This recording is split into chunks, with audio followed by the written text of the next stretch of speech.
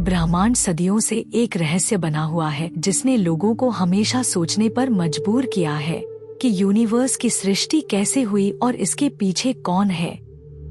हिंदू धर्म में इस बारे में कई सिद्धांत हैं, जिसमें बताया गया है कि ब्रह्मांड किसी एक इकाई के रूप में नहीं है, बल्कि अनंत ब्रह्मांडों का एक समूह मल्टीवर्स है जो निरंतर बनते और नष्ट होते रहते हैं।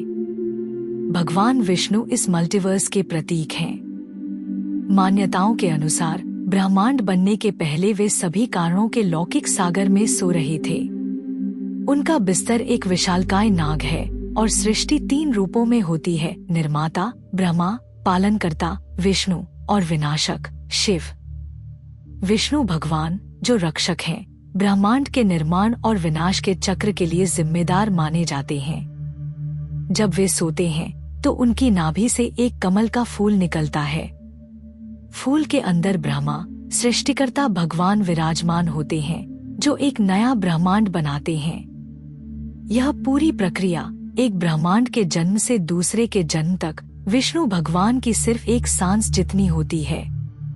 जब वे सांस छोड़ते हैं तो अनगिनत ब्रह्मांड अस्तित्व में आते हैं, जिनमें से प्रत्येक में अपना खुद का ब्रह्मा होता है। लेकिन जब वे सांस लेते हैं तो सभी ब्रह्मांड वापस उनकी नाभि में समा जाते हैं और ब्रह्मा का अंत हो जाता है। यह चक्र अनंत रूप से चलता रहता है। यहाँ विष्णु भगवान अलग अलग ब्रह्मांडों से परे के शाश्वत अस्तित्व का प्रतिनिधित्व करते हैं, जबकि ब्रह्मा हमारे वर्तमान ब्रह्मांड के निर्माण और विनाश का प्रतिनिधित्व करते हैं। ब्रह्मा हमारे अस्थायी भौतिक जगत यूनिवर्स के प्रतीक हैं। दूसरी ओर विष्णु शाश्वत ब्रह्मांड मल्टीवर्स का प्रतिनिधित्व करते हैं, जो हमेशा के लिए बिना किसी शुरुआत या अंत के मौजूद रहता है। ब्रह्मा द्वारा दर्शाया गया वर्तमान ब्रह्मांड स्थायी नहीं है, बल्कि अस्थायी है। ब्रह्मा का जीवन काल केवल 100 ब्रह्मा वर्षों का होता है और उनकी मृत्यु के बाद एक नए ब्रह्मांड का जन्म होता है। आइए अब वेदों में समय मापन के बारे में बात करते हैं। ब्रह्मा भगवान 100 साल जीते हैं, जिनमें से हर साल 360 दिनों का होता है। अभी हम ब्रह्मा के शासनकाल के 51वें साल के पहले दिन में हैं। इस खास तरह के साल में दिन और रात दोनों होते हैं। दिन में ब्रह्मा ब्रह्मांड में जीवन का निर्माण करते हैं, लेकिन रात में सभी जीव वापस उनमें समा जाते हैं। अच्छी बात यह है कि हम सिर्फ ब्रह्मा के दिन के दौरान ही अस्तित्व में रहते हैं, जो बहुत लंबा होता है, इसलिए गायब होने की चिंता करने की जरूरत नहीं है। हिंदू धर्म में समय के विशाल माप को युग कहा जाता है। इसे हजारों से लाखों सालों में मापा जाता है। इन युगों का वर्णन एक प्राचीन ग्रंथ विष्णु पुराण में मिलता है। एक महायुग 4 छोटे युगों से मिलकर बना होता है। हर अगला युग पिछले वाले से थोड़ा छोटा होता है। इसकी कल्पना ऐसे करें कि मान लीजिए एक पाई है जिसे 4 भागों में बांटा गया है। सबसे छोटा युग कलियुग है, जो सिर्फ 4,32,000 साल का होता है। यह अभी भी बहुत लंबा समय है। इसके बाद द्वापर युग आता है, जो कलियुग से 2 गुना यानी 8,64,000 साल का होता है। त्रेता युग 12,96,000 वर्ष का होता है। और अंत में सबसे लंबा युग सतयुग होता है, जो 17,28,000 वर्षों का होता है। इन सबको जोड़ दें तो पृथ्वी पर एक महायुग पूरे 4,32,00,000 साल चलता है। प्राचीन भारतीय ग्रंथों में एक मनवंतर महायुग के बाद की एक प्रमुख समय अवधि है। प्रत्येक मनवंतर जीवन रूपों के निर्माण और विनाश के एक चक्र का प्रतीक है। एक मनवंतर 71 महायुगों तक रहता है, जो लगभग 306.72 मिलियन वर्ष है। ग्रंथों से पता चलता है कि इस अवधि के बाद पृथ्वी पर सभी जीवन नष्ट हो जाएंगे।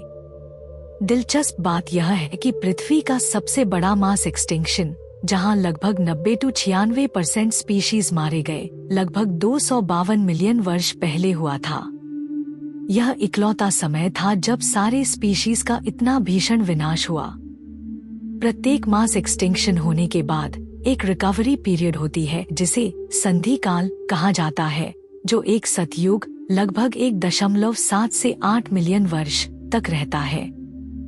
मॉडर्न साइंस के अनुसार करोड़ों साल पहले पृथ्वी पर हुए एक बहुत बड़े विनाश के बाद जीवन को वापस सामान्य होने में 10 मिलियन साल का समय लगा। यह विनाश पृथ्वी के इतिहास में सबसे बड़ा विनाश था। सोचिए, पृथ्वी पर जीवन के अंत होने के बाद पृथ्वी को वापस खड़े होने में 10 मिलियन साल लग गए। पृथ्वी के पेड़ पौधों और जानवरों को वापस मजबूत होने में इतना समय लगा। हिंदू मान्यताओं में ब्रह्मा के एक दिन को कल्प कहा जाता है। यह दिन बेहद लंबा होता है, 4.32 अरब साल, जिसमें एक कल्प में 14 मनवंतर और 15 संधिकाल के बराबर बताया गया है। मनवंतर से पहले संधिकाल के दौरान कोई जीवन विकसित नहीं होता है। ब्रह्मा के एक दिन में रचना का समय दिन और बिना रचना वाला समय रात शामिल होता है। दोनों 4.32 अरब वर्ष लंबे होते हैं। दिलचस्प बात यह है कि वैज्ञानिक पृथ्वी पर सबसे पुराने जीवन को लगभग 4.28 अरब साल पुराना मानते हैं, जो ब्रह्मा के दिन के समय की रचना वाली हिंदू अवधारणा से मेल खाता है। हिंदू ब्रह्मांड विज्ञान में ब्रह्मांड के विशाल समय को पृथ्वी पर अलग तरह से मापा जाता है। इसे आसान भाषा में समझते हैं। कल्प ब्रह्मांड का एक दिन, ब्रह्मांड का महीना 30 कल्प यानी 30 ब्रह्मांड के दिन, ब्रह्मांड का वर्ष 12 ब्रह्मांड के महीने, महाकल्प एक ब्रह्मांड का पूरा जीवन काल यानी 100 ब्रह्मांडीय वर्ष। इसके अनुसार ब्रह्मांड में जीव अपने कर्मफल के आधार पर बनते बिगड़ते हैं। एक ब्रह्मांड अपने महाकल्प के बाद समाप्त होता है, जो लगभग 311.04 ट्रिलियन वर्ष के बराबर होता है। माना जाता है कि हमारा ब्रह्मांड अभी अपने 51वें वर्ष के कलयुग का 28वीं महायुग का 7वां मनवंतर में है।